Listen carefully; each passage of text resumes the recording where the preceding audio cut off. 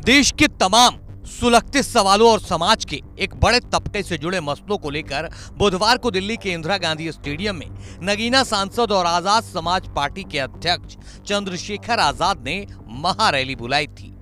ये उसी महारैली की तस्वीरें हैं। देखिए, पूरा स्टेडियम नीले रंग से रंगा नजर आ रहा है। इतने लोग पहुंचे हैं कि स्टेडियम के किसी भी हिस्से में पैर रखने की जगह नहीं।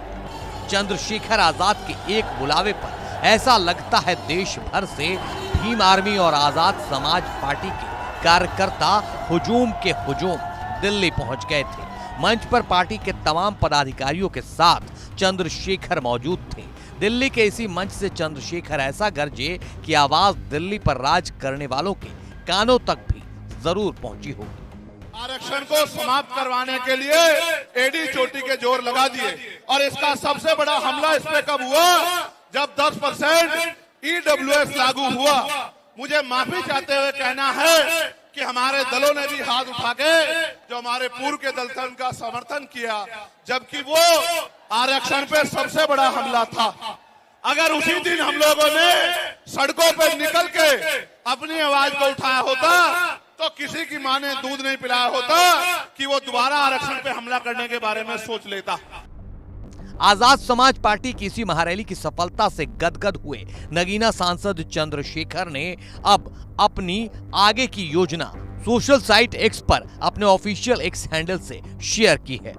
चंद्रशेखर ने इस महारैली के वो 10 प्रण बताए हैं जो आने वाले दिनों में बीजेपी की नींद उड़ाने वाले हैं। चंद्रशेखर ने एक्स पर लिखा है, पूरे देश ने बहुजन समाज की एकता का जो जन सैलाब दिल्ली में देखा, उससे एक बार फिर ये साबित हो गया, हक अधिकारों की लड़ाई में निमंत्रण नहीं भेजे जाते, जिनका जमीर जिंदा हो वो खुद दौड़े चले आते हैं।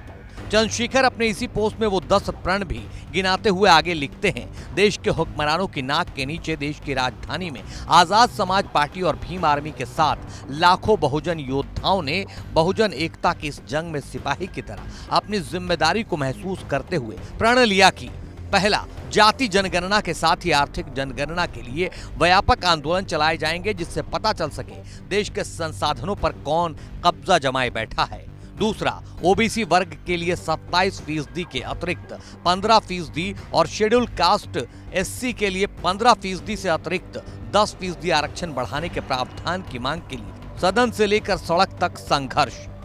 तीसरा, SC/ST में क्रीमी लेयर ढूंढने के नापाक मंसूबों को तो किसी कीमत पर कामयाब होने ही नहीं देंगे, साथ ही ओबीसी के जबरन क्रीमी लेयर के खिलाफ लड़ाई लड़ेंगे।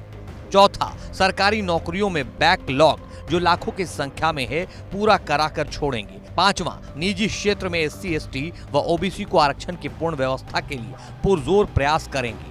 छठा, सफाई कर्मी की नौकरी में ठेकेदारी समाप्त कर पक्की नौकरी देने और गटर में उतरने की अमानवीय व्यवस्था को पूरी तरह से खत्म कराने के लिए संघर्ष करेंगे। सातवां, समान कार्य समान वेतन के लिए प्रतिबद्धता। आठवां, SC/ST व ओबीसी को प्रमोशन में रिजर्वेशन।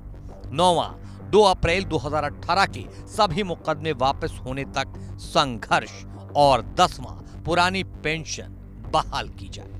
इन 10 प्रण के अलावा चंद्रशेखर ने सरकार पर दलितों को बांटने का इल्जाम लगाते हुए लिखा है और अंत में सरकार की तरफ से दलित समाज की एकता को बांटने का जो प्रयास किया गया है उसके खिलाफ हर स्तर पर जागरूकता अभियान चलाया जाएगा, जिससे कि समाज के हर व्यक्ति को सरकार के षड्यंत्र से वाकिफ कराया जा सके। यानी चंद्रशेखर के बढ़ते हुए कद और तल्ख होते तेवर को देखकर तो ऐसा ही लगता है कि आने वाले दिनों में यूपी की सियासत में आजाद समाज पार्टी एक बड़े प्लेयर के तौर पर उभरने का रास्ता बनाने की कोशिशों में है।